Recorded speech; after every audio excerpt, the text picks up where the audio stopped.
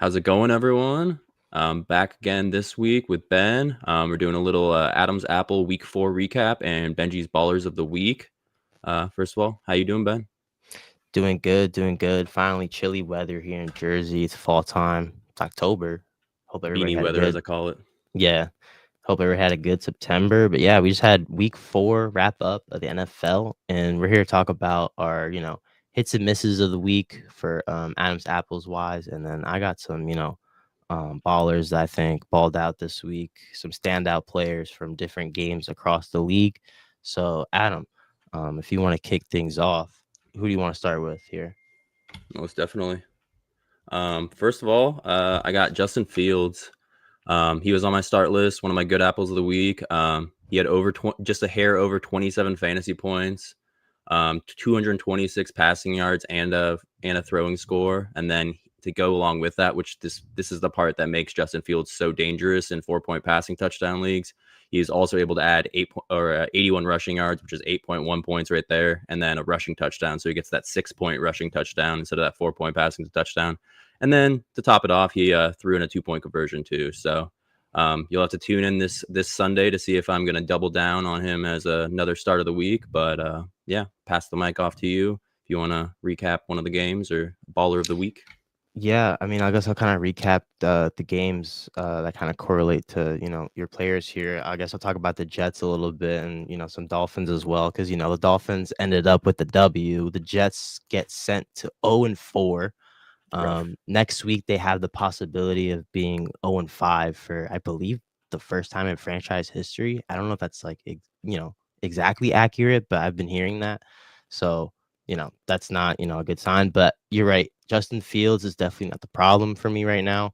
He still had, a strong connection with, of course, Garrett Wilson. He had that late score. At first he, got in the end zone, caught the ball. It was an insane catch, but they called it back for offensive pass interference. That was a tough call. Yeah, I agree. Always tough with those PI interferences. Sometimes it's could really go either way, especially in the divisional matchup. But they had another couple rough calls in the game, I would say, but they lost the game for way more other reasons than that. The penalties and just they came undisciplined yet again. But yeah, no, like I said, Justin Fields and Garrett Wilson still not the problem. I thought Membu had a good game as well. And then on the Dolphins, Dolphins side of things, A-Chain continues to eat, man. He's a touchdown machine. He's just continuing to have, a good month so far in the first month of the season here. And, Tua stayed poised even after the Tyreek Hill injury. Prayers up for Reek. He just had surgery, successful surgery. Yeah, I I think the might Dolphins add. found something So last week, honestly. yeah, and then like because Jalen Waddle, Mike McDaniels after the game, he or maybe the Monday after, I believe he said that Jalen Waddle's ready for this wide receiver 1 position, like he's been ready, and hopefully we see that. We saw flashes of him from Alabama, obviously like a top prospect, really good prospect. He comes in Miami, first couple good years, electric offense with Miami and Tua, but it was just back then the health of Tua, but now. What are the Dolphins going to look like without Tua yet? I mean, sorry, without Tyreek yet again. So, and the fact that Darren Waller scored 2 touchdowns, Nice. Yeah, I was about to add man, that too. Dude, yeah, blast it from the was like, past. He was a yeah, rapper last year, and there he I'm is catching saying 2 like it touchdowns was first game just, back. it It was, was it was it was sort beautiful. of ridiculous. I will lie. I will not lie. But I mean, hey, you got to give it to him. It kind of reminds me of like other players randomly coming in and just start cooking. Like, I don't know if you remember Chris Hogan, but Chris Hogan, Ooh, people used it's a good name that's a drop. right. Like, I don't know. Like, I feel like he was bagging groceries at one point, and then all of a sudden he's like another Julian Edelman, and the Patriots have like 3 Edelmans at once and Gronk. Yeah, I mean, But Brandon Aubrey was a ex-soccer player sitting on his couch and then decided, hey, I'm going to become an NFL kicker, and then trained for it for a couple of years, and now he's the best long bomber in the NFL. It's crazy. yeah, no, seriously. But yeah, I guess I'll get into my next player here. I guess I'm gonna go with a wide receiver here. I'm gonna change it up a little bit, I guess, in the order of positions. But we have to talk about Puka Nakua. Oh, Like, yeah. oh my goodness, like he's had over 100 yards. Actually, wait. I'm so upset I don't have this stat pulled up, and I honestly feel I think he disgraceful for just not. missed it on Thursday, but he still had over 10 receptions and he had like 90 yards. But I think he But broke the record though. However, no. he broke the record for the most Yeah. catches in the first 5 games. Yes, for sure. Yes. Yeah. No. Yeah. So that's the reason why I want to talk about Puka Nacua. He's been lights out through the first 4 weeks of the NFL season for the Rams, and while they did lose the last matchup against the Niners last night, um, and by the way, that game was honestly kind of crazy with the field goal and everything at the end. And Sean McVay was obviously sick about it. But when looking at Puka, he's just in lights out, like I said, and he's given Matt Stafford still like this cushion to go to other than Devontae Adams, which makes Devontae Adams such a good receiver. I feel like people forget, like in Green Bay, it was him and Jordy Nelson. And, in New York, you can obviously argue, it was Garrett Wilson and Adams, but I'm using these examples as sort of like, it's kind of like a facade. Like right now, the Jets do not have another wide receiver outside of Garrett Wilson, and that takes away from their game. But when you add a Puka Nakua and a Devontae Adams to like the Rams offense, it opens up so many doors for even Adams on his own. But Puka has 100%. been balling out the first month, like I said, and yeah, that's my first baller for the week. Yeah, he's on pace to break Calvin Johnson's all-time yardage record and break Michael Thomas's all-time reception record. So Yeah, it's just let that insane. sink in. It's insane. One more thing about the Jets, they don't have that second wide receiver, but it was really cool to see Mason Taylor finally break out. Yeah, he had a couple of nice catches for sure. Yeah, and so it'll be cool to see him going forward. Justin Fields loves his tight end, so if that chemistry can continue to develop, maybe we got something there. At least gives them a second target other than Brees Hall. So yeah, happy to see that for the Jets. Moving into my second start that I hit on this week, Matthew Golden. It wasn't an insane game, but for a guy that was probably not in the top 30 wide receivers this past week, he had 11.3 PPR points on 5 catches, 6 targets, 58 yards. He also added a 5-yard rush there. So I mean, I like to see that from the rookie, and he should continue to establish that rapport with Jordan Love, especially with Jaden Reed down with that collarbone injury. So he didn't necessarily win your matchup, but he certainly didn't lose it, and was a very solid start this week. I'll just move into the next one and then pass it back off to you. For sure. Jake Ferguson, another one of my good apples of the week, came through with 17 PPR points. The week 2 and 3, he had over 10 targets. This week, only 7 targets, but he caught all 7 of them.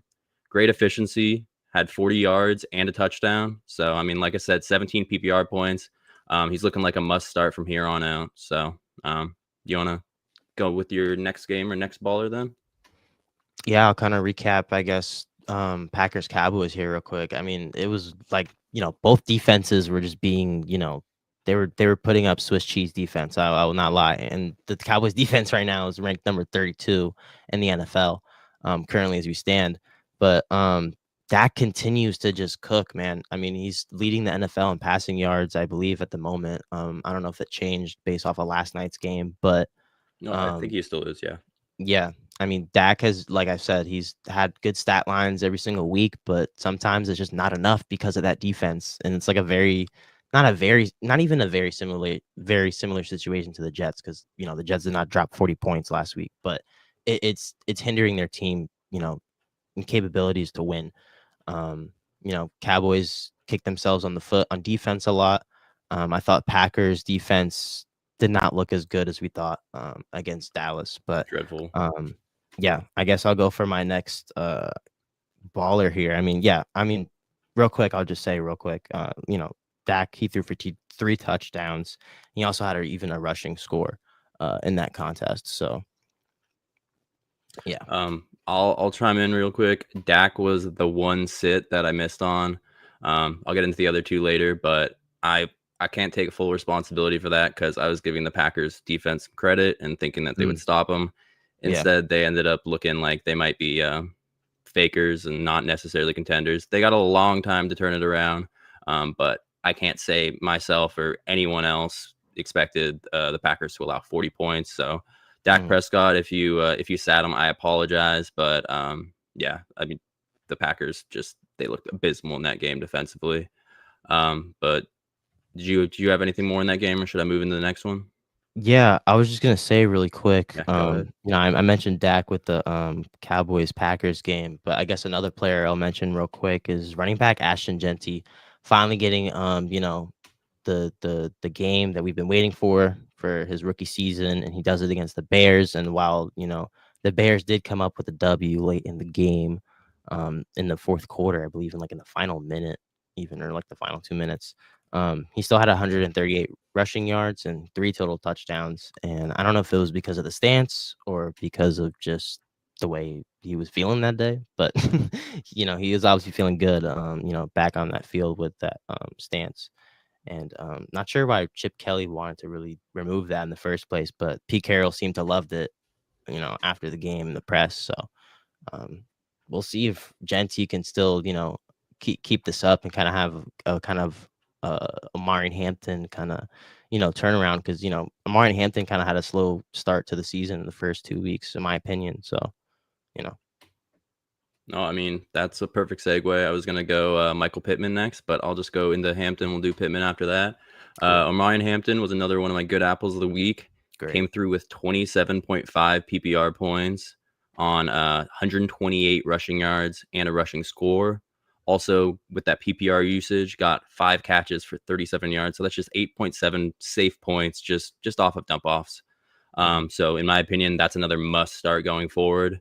I just dropped my 1 through 10 RB rankings just a couple hours ago. I got Omarion Hampton coming in RB5. So, like I said, must start going forward. Going into Michael Pittman then, 15.1 PPR points. Another one of my starts of the week that came through. 5 catches for 41 yards and a touchdown. You did have to wait for it a little bit. I was a little worried in the first half, but then he came through in the second half. And I'll get into Danny Dimes a little bit, but he did not have his best game. But Look like old Danny Dimes. yeah, exactly. Yeah, it looked like yeah, definitely did not not look like the 2025 Danny Dimes. Looked like the New York Giants Daniel Jones there. You got next game or next baller then? Yeah, no, for sure. I could talk about. I mean, honestly, it segues perfectly for me as well, because I was about to talk about on the opposing side of the Chargers game, Jackson Dart, man. I mean, Giants proved me wrong. They got their first W of the season after I said they weren't gonna get their first win anytime soon, and they do it against a team that's 3-0 against the Chargers. Impressive. Obviously, for the Chargers, huge injury for Joe Alt. He goes out with an ankle injury early in the game. He's gonna be out for a couple weeks, so that's huge for the Chargers offense. And then my baller for the week, another one, Jackson Dart, like I was saying before, threw 3 touchdowns. And honestly, I knew MetLife was just rocking that day, this past Sunday. I feel like that first drive he had was honestly like flawless. And, It people make was. the points, and, shout out to, I believe, Sports PSP. He mentioned that, Jackson Dart, teams can't really game plan, against him that much, because, he's kind of been started out of nowhere, out of the spite of Russell Wilson. And he hasn't had that much college tape either.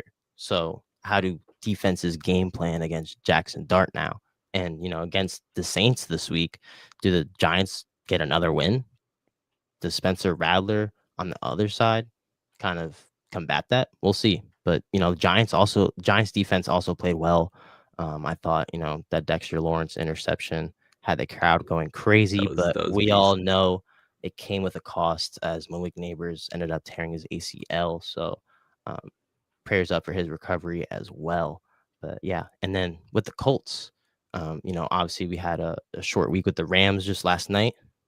So yeah, Colts, like we said, old Danny Dimes didn't really look like 2025 Danny Dimes, as he threw for 3 interceptions in the game. Ram defense came up again, but ended up losing last night to the Niners.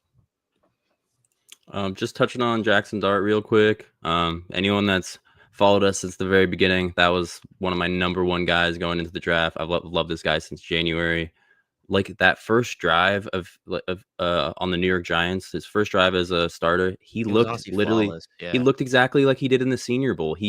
The touchdown he scored where he just ran it straight up the gut, it was almost identical to the play he made in the Senior Bowl. That's why I just saw it coming.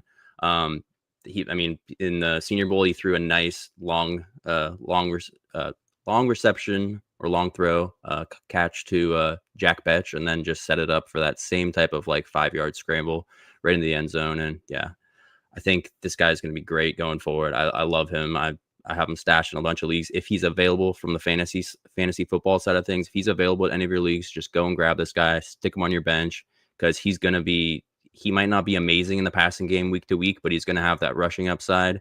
I think especially this week against the Saints. So yeah, just you can get him for free, and this guy could end up being a league winner or a guy you can sub in on your bye weeks if you do have a top quarterback. So love Yeah, Jackson definitely. Dart. Moving into my misses on my starts, Jacoby Myers was one of my starts, but he only came through with 7 PPR points. Probably didn't lose you your matchup, but he definitely didn't win it for you either. Caught 4 of 7 targets for 30 yards. And I'm not going to blame Jacoby Myers. And from that standpoint, I might have made the same decision again. But until Geno Smith stops turning over the football, I think he is leading the league with 5 interceptions right now. Jacoby Myers, even though he's the wide receiver 1, Brock Bowers might be out this week, so maybe Myers is able to have a good performance because Brock Bowers could be out. Yeah. But until Geno Smith turns it around, his ceiling's going to be capped. The touchdown upside is going to be very, very much capped. And then my other miss of the week, which I almost didn't include this because you get over 10 points. It's not really a miss, but Tetairoa McMillan or T-Mac came through with 10.2 PPR points. Not amazing, not terrible, but like he didn't win it or lose it for you, but it's another guy that upside's definitely going to be capped until Bryce Young turns it around. Because I expected way more chemistry. You were hearing such good reports in the off season, and until they're able to establish that rapport and Bryce Young starts to look like a QB1, I don't think Tetairoa McMillan is any better than a backside wide receiver 2 or a upside wide receiver 3. Interesting. Yeah, no, I mean, I guess I'll recap like Geno Smith's mishaps because I already talked about Ashton Genty a little bit, but I feel like Geno Smith cannot speak is what is holding this Raiders team back.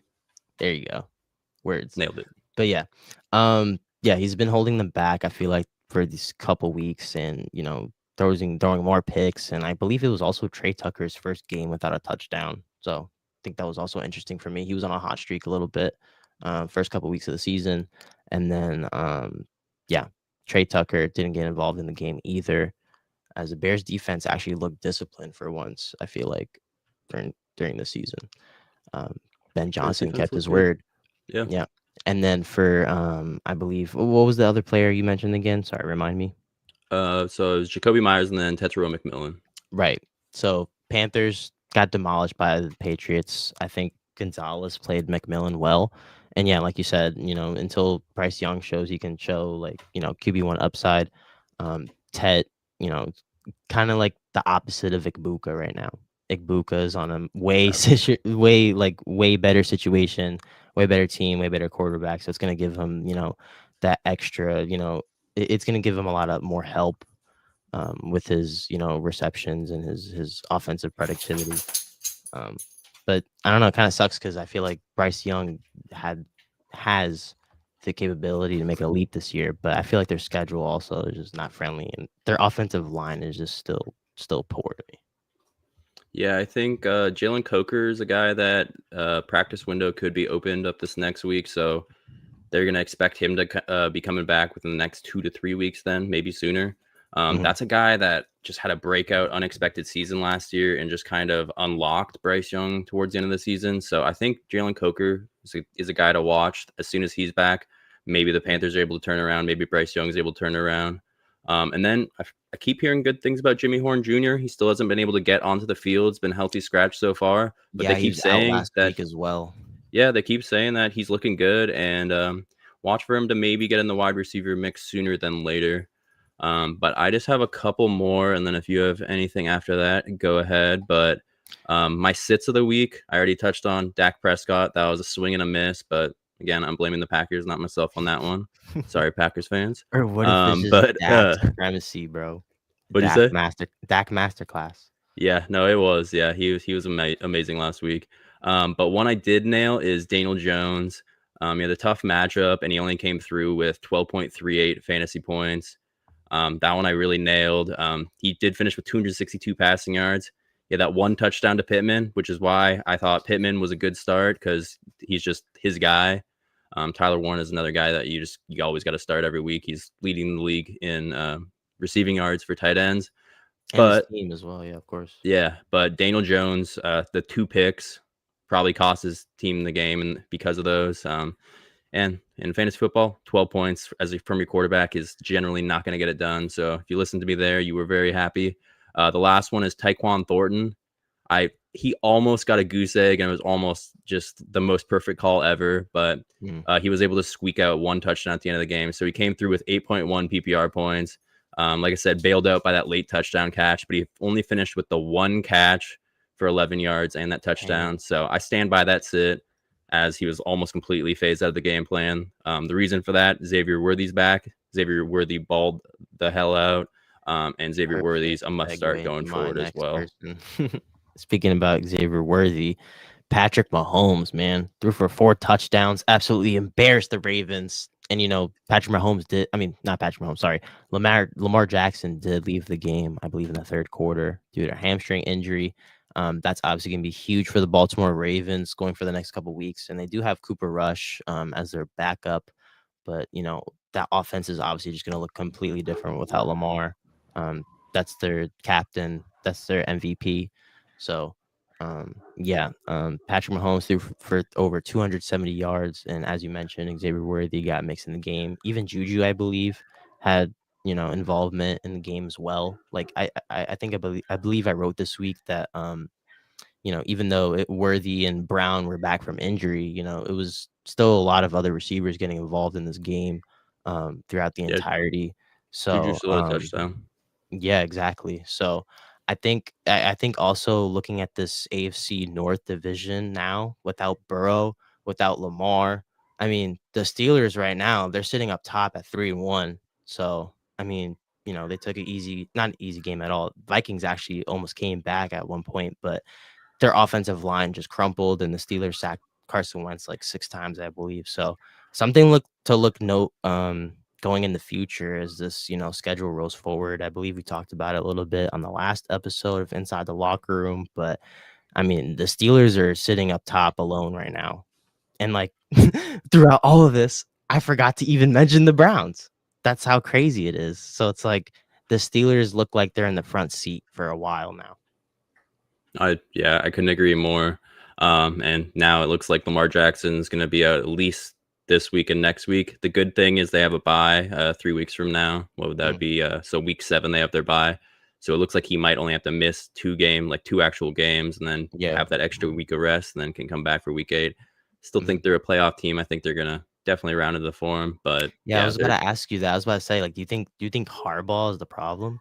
Like, I've what do been you I've been like? seeing that floated Like, around. Yeah, he was the guy to win them their last Super Bowl. it's been But 13 years though. That's the thing. And like I don't know exactly. I don't know what it is with like their like maybe their like training staff or something, but their defense is like injuries after injuries every year. Like I know Ravens fans know what I'm talking about. Like I'm actually like Baltimore's not that far from me, so it's like I feel their pain. I feel like they're back at square one every year with their defense, and I it mean, I sucks know with because MetLife, it's the turf. exactly, There's a yeah. long list of ACL and other knee and Achilles injuries that, I mean, Aaron Rodgers, Malik Neighbors most recently, Mhm. that have all happened because of the turf. So I mean, like, I'm just gonna call out the owners a little bit and just, you got the money, just go and get some real grass. You can maintain it. You don't Yeah. need to get the cheap artificial turf that just saves you a Though little bit on the yeah. watering bill, basically. Though the only, like, combative, like, argument I've seen against the grass is that, since 2 teams, of course, share the same stadium, the grass is not gonna last as long. But, yeah, no, to your point, if you just have Replace the it. money for it, just replace it. Yeah, Yeah, exactly. just get Like new grass over here. It's like it's not a big deal. But yeah, I mean, if you want to lose your star players, your franchise players to knee injuries and other lower body injuries, and then shorten their careers, I mean, that's basically what has ended up happening. Then I mean, you've seen Aaron Rodgers go to the Steelers, and now he's having some success. He's staying healthy so far. So I mean, Man, Yeah, it's If Aaron Rodgers ends up with the ring at the end of the season, that would be something, man. After that yo, I don't see that we one would have to happening, go but hey, you never yo, we know. would have to go back to the off-season clips and just look at us saying like, yeah, Steelers are definitely like 8-8. Yeah. One thing I'll hype up real quick because I'm wearing the throwback jersey right now. Oh yeah. We got an all jersey matchup this weekend. We got the Buccaneers with their throwback creamsicle, really cool old logo versus the Seahawks with The the 0-16 sweet little old hawk on there. So yeah, just I mean, even if you don't love football, just tune in to watch that. Look at those jerseys; they're beautiful. Yeah, Um, that game's gonna be Thought I visually had one pleasing. other thing, but no. Unless you have any finishing thoughts. I mean, going into week 5, we still have some, out of the country, I believe, matchups. So that's gonna be cool to watch. Hmm. Even next week. Dylan Um, Gabriel will become the first rookie yep. quarterback to ever have his first start in another country. Yeah, that's gonna be interesting to see. I honestly think the Vikings defense could give him some trouble, but we'll see if we'll see like the Carson Wentz we saw last week. You know, I think he looked pretty abysmal last week to say the least. But like I said, his Yeah, offensive line didn't give him that much help. So hit and miss. Like in some ways, you kind of want that from a backup. You don't want a game manager. Like he did throw the two yeah. picks, but then he threw for like over 350 yards and almost Yeah, led the like he comeback. still yeah, I'll give him that. Like he still got Jordan Addison back in the game. Like it was his first game back from suspension and like, Looked great. Yeah, I Jefferson still caught some catches. So think he had like 150 yards. Yeah, yeah, Jefferson balled. yeah, they still almost made a comeback, but the end result of that game came down to their offensive line crumbling and that last drive was just terrible. But I got yeah, I got one more question for you. Do what's up? you think the Cincinnati Bengals should trade for a quarterback? Like we got I Russell think they Wilson, we've should. got I think Jameis they should. Winston. I Like think they Jameis should. Winston instantly, I think, unlocks that offense. Like maybe it's kind of a Carson Wentz scenario where he forces the ball a little bit too Mhm. much down the field, but we wouldn't have the Bengals giving up at halftime this way. Also, for people like me that have Jamar Chase on my fantasy team, like he would be relevant again, My and he would first actually look overall like pick, please yeah. do something. I couldn't stop getting the first overall pick in drafts, and I have too many Jamar Dang. Chase shares now as a result. But I feel like that's why I go with running back sometimes because I don't know, or honestly, just not Bengals players in general. Because I don't know, just but yeah, I do have I T Higgins almost on I my almost team, just switched so I it up can't and went even. Bijan a couple times, but I will say the Bengals have chimed in on this, and they said that they're going to keep it in house as long as possible, which I support to a certain extent because Jake Browning, for people that don't remember, 2 years ago when the last time Joe Burrow was out, Jake Browning went from I think he was either 4-3 um, as the starter, or he ended up taking a 4-3 record and then leading them very close to the playoffs or making the playoffs. But long story short, Jake Browning made Jamar Chase just as good. Mm, For that reason, I thought Jamar Chase was QB proof, and I didn't think that he was going to have this big drop off. So I think temper expectations, but also give him some time. But if yeah, they get close to the trade deadline and he's just not winning games and still looks like he has the last couple of weeks, like you got to go and get a guy like Jameis, in my opinion, because you could get him probably for like a fourth, a fifth, like maybe even a sixth rounder. Like it's not going to cost you much. I'll throw a curveball here. What about Kirk Cousins?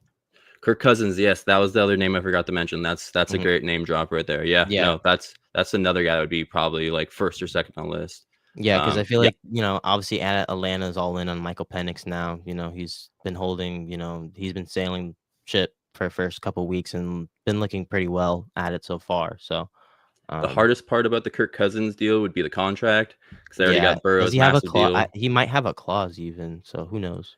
Yeah, I'm not sure the exact details, but if the Falcons were able to eat like still the majority of the contract, I think it would be a win-win still because they would get a draft pick back in return most likely or a player, and Yeah, then at least they would I able think he's to like save some maybe. money. Yeah, sorry to cut you off, but I There think you he's go. like maybe 17 mil. I don't know. I'm about to look right now. Kirk Like Cousins 17 to cap 20 hit, maybe. Oh his wait, cap hit. what am I? Yeah, like every year I meant. I think it's more than that. I think it's way more than that. It's 180 in total. So it's 4 years, 180. Oh yeah, that's So that's yeah, it's I like can't I 45 can't mil. yeah, no, I can't math today. So yeah, I think it's Yeah, math. exactly 45 The mil per year. the Jets have lost so bad that it's it's affected my mental, capability to process things. So we'll see if they'll be able to get their That- first win of the season. That's a fair I'll, question. I'll end the episode with this, kind of going on this rant, I guess. But we're playing Deuce's team this week, Cowboys. They're coming to our house this time, I believe. So, um, it's just, I believe, two defenses that have been performing pretty poorly the whole year, and then offenses that are just trying to just stop making. I mean, the Jets have had way more mistakes on offense, I believe, than the Cowboys. So, I mean, like I said, Dak is leading the league in passing yards. We'll see if he'll be able to keep it up this week. And yeah, bunch of matchups across the league this week, like we said. Bucks, Seahawks. We got the Vikings and the Browns, like we said before. And yeah, just excited to get into week 5. And it's probably going to be in another insane weekend of games. I don't even know what last week was, but we're in for the ride again this week. Most definitely, yeah. And from fantasy football standpoint, don't be afraid to start any player in that Jets Cowboys game because the Cowboys, they have the number one offense. They have the number one offense in the 30s. In the sorry. 30s, in the number one offense and 32nd ranked defense. I don't know the Jets' exact numbers, but they're probably in the bottom 12 for defense, maybe even bottom 5. Yeah, But like I go just ahead. I just I just know it's coming every single time. I feel like it's like the same thing, like with Jordan Mason, I believe, and like Christian McCaffrey. Like it's just a history of Jets playing like running backs making their debut, and then they just absolutely cook us, even though we're pretty good at stopping the run usually. Like I feel like Williams and Blues making his debut this week against us. So maybe the Cowboys use some of that in their game plan against us this week. So we'll see. Yep. No, I love it. And don't forget to hit that like and subscribe button on YouTube.